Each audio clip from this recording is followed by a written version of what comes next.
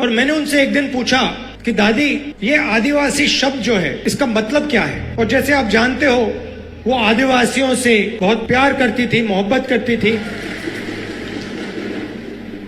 आपसे बहुत गहरा रिश्ता था उनका। तो मैंने ये सवाल पूछा, मैंने पूछा, छोटा सा था मैंने पूछा ये आदिवासी शब्द क्या होता है। और मुझे आज तक याद है इंदिरा गांधी जी ने क्या कहा था और मैं आज आपको बताना चाह रहा हूं। उन्होंने कहा कि ये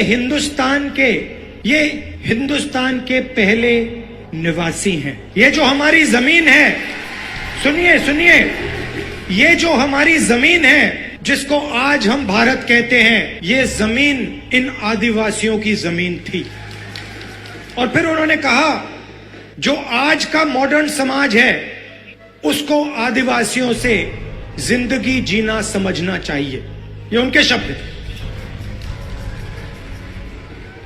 जल, जंगल, जमीन के साथ क्या बर्ताव होना चाहिए, क्या रिश्ता होना चाहिए, आदिवासियों से सीखना चाहिए।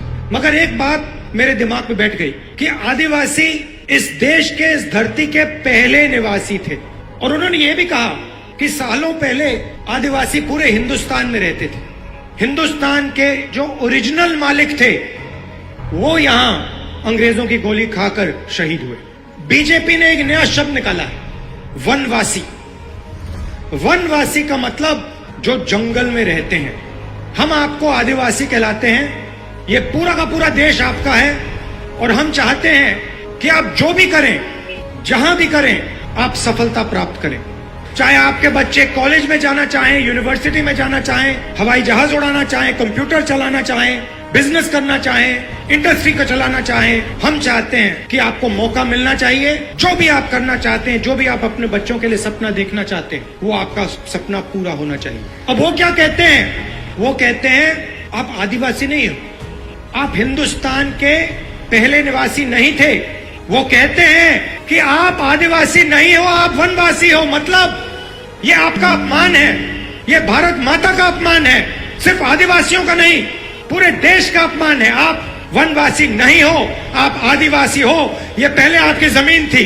बीजेपी चाहती है, आरएसएस चाहती है कि आप जंगल में रहो, जंगल के बाहर ना निकलो, आपके बच्चे इंजीनियर ना बने, डॉक्टर ना बने, लॉयर ना बने, बिजनेस ना चलाएं, हवाई जहाज ना उड़ाएं, प्रोफेसर ना बने। वो आप पे वनवासी का ठप्पा डालना चाहते हैं। हम इस बात को मानने के लिए तैयार नहीं है। हम इस बात को कभी नहीं मान सकते। आप इस देश के मालिक हो, ये जमीन आपकी जमीन है और इस देश में आपको हक मिलना चाहिए।